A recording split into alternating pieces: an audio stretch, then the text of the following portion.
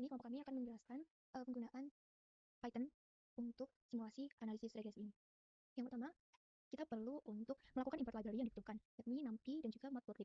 NumPy sendiri itu berfungsi untuk perhitungan operasi numerik, sedangkan Matplotlib nantinya digunakan untuk membuat visualisasi atau grafik dari data. Kemudian kita mengimpor beberapa fungsi dari scikit-learn T3 ini. Selanjutnya, ada juga curvefit dari SciPy. Ini nantinya digunakan untuk melakukan regresi nonlinear. Setelah itu, kita membuat fungsi RMSE. Itu apa? Yaitu digunakan untuk menghitung root mean squared error, yaitu ukuran seberapa besar rata-rata kesalahan prediksi model. Terakhir, ada fungsi hitung VIP. Hitung VIP ini digunakan untuk menghitung variance inflation factor atau VIP, yang berfungsi untuk mendeteksi apakah terjadi multikolinearitas antar variabel independen dalam model regresi. Selanjutnya pada kode ini kita membuat dataset sintetis. Pertama, program ini mengatur NP random seed 10 tujuannya agar setiap angka acak yang dihasilkan selalu sama setiap kali program dijalankan, sehingga hasil grafik tidak berubah-ubah. Selanjutnya, membuat variabel X. Nah, menggunakan NP linspace 1, 10,30, artinya kita membuat 30 data dari angka 1 sampai 10 yang akan digunakan sebagai variabel bebas. Setelah itu, dibuat dataset linear dengan rumus Y sama dengan 3 plus 2X. Rumus tersebut menunjukkan hubungan linear antara variabel X dan Y. Nilai X adalah intercept atau nilai awal, sedangkan 2 adalah kemiringan garis. Pada kode ini juga ditambahkan noise atau data acak menggunakan NP random normal supaya data terlihat lebih realistis seperti di dunia nyata. Kemudian, dibuat dataset nonlinear eksponensial dengan rumus 5e pangkat 0,5x. Pada hubungan eksponensial nilai Y akan bertambah sangat cepat ketika X meningkat. Sama seperti dataset sebelumnya, proses juga menambahkan noise agar data tidak terlalu sempurna. Terakhir, program ini menggunakan VLT Sketcher untuk membuat grafik sebar atau scatter plot dari kedua database tersebut. Nah, berikut adalah output dari hasil kodenya. Nah, grafik dataset linear menampilkan titik-titik yang membentuk pola garis lurus yang naik. Hal ini juga menunjukkan bahwa ketika X meningkat, maka Y juga meningkat secara konstan. Selanjutnya, grafik dataset nonlinear eksponensial. Nah, grafik ini juga menunjukkan pola melengkung dan meningkat sangat cepat, artinya pertumbuhan nilai Y semakin besar ketika bertambah. Pada bagian ini, program melakukan regresi linear tunggal. Tujuannya adalah untuk mencari hubungan antara variabel X dan Y, serta membuat garis yang paling sesuai dengan data. Pertama, X reshape min 1,1 digunakan untuk mengubah bentuk data X agar bisa diproses oleh model regresi. Setelah itu, dibuat model menggunakan linear regression. Model ini digunakan untuk menghitung hubungan data antara variabel X dan Y. Kemudian, model dilatih menggunakan model _SLR X, Y linear. Proses ini disebut training, yaitu model mempelajari pola hubungan dari data yang diberikan. Setelah dilatih, program melakukan prediksi menggunakan model _SLR prediksi X. Hasil ini adalah nilai X diperkirakan oleh model berdasarkan nilai X. Oke.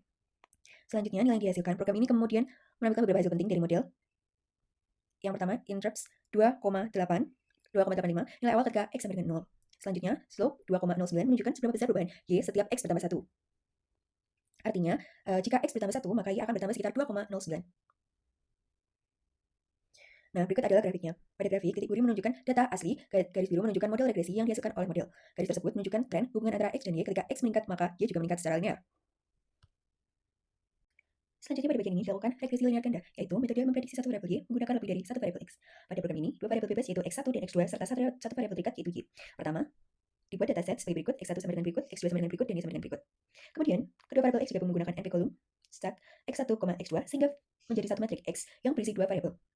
Setelah itu, model menggunakan linear regression, lalu dilatih dengan model MLR fit X, Y.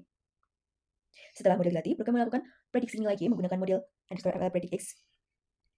Selanjutnya, dari model tersebut dihasilkan intercept 2, 1,99 ini kita bagi menjadi 2, dan koefisien X1 adalah 2, dan koefisien X2 adalah 1. Sehingga persamaan regresinya adalah jika X1 naik 1, maka Y naik sekitar 2. Jika X2 naik 1, maka Y turun sekitar 1. Program ini juga menghitung beberapa ukuran untuk melihat kualitas model. R kuadrat artinya model dapat menjelaskan 100% variasi data, sehingga model sangat cocok dengan data. RMSE artinya kesalahan prediksi hampir tidak ada. MAE atau MAE, rata-rata selisih antara nilai hasil dan prediksi juga hampir 0. Nilai FIF, program ini juga menghitung FIS atau Variance Inflation Factor, untuk mengecek apakah ada multikolinearitas antara variabel X. Hasilnya FIF X1 2,3, FIF X2 sama dengan 2,3 juga. Pada program ini kita akan membuat model power law menggunakan model linearisasi. Pertama, kita mengimport dan menyiapkan data yang digunakan. Variabel X1 dan X2 merupakan variabel bebas, sedangkan Y adalah variabel terikat. Selanjutnya dilakukan transformasi logaritma natural pada setiap variabel. Setelah itu, kita menggabungkan variabel ln X1 dan ln X2 ke bentuk matriks menggunakan kolom stack. Kemudian kita membuat model linear regression agar dapat mengambil parameter model. Nilai intercept dari regresi merupakan LNA, hingga perlu dikembalikan ke bentuk awal dengan fungsi eksponensial. Terakhir, kita menggunakan parameter tersebut untuk menghitung nilai prediksi berdasarkan model power law. Ya, saat dirun, hasilnya adalah seperti ini. Pada bagian ini, kita melakukan regresi nonlinear parameter atau yang sering disebut NLS, nonlinear least squares. Pertama, kita mendefinisikan fungsi model nonlinear, di mana bentuknya yaitu Y sama dengan A kali X per B plus X.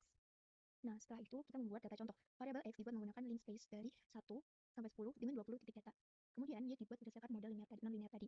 Ditambah sedikit noise acak supaya datanya lebih realistis. Setelah itu kita menggunakan fungsi curve_fit ini untuk mencari parameter terbaik A dan B yang paling sesuai dengan data. Nilai awal parameter ini diberikan dengan V0 sama dengan 10,5. Nah, hasil parameter kemudian disimpan dalam variabel A dan B lalu ditampilkan menggunakan print. Selanjutnya kita menghitung nilai prediksi model menggunakan parameter yang sudah didapat. Terakhir kita membuat visualisasi dengan matplotlib.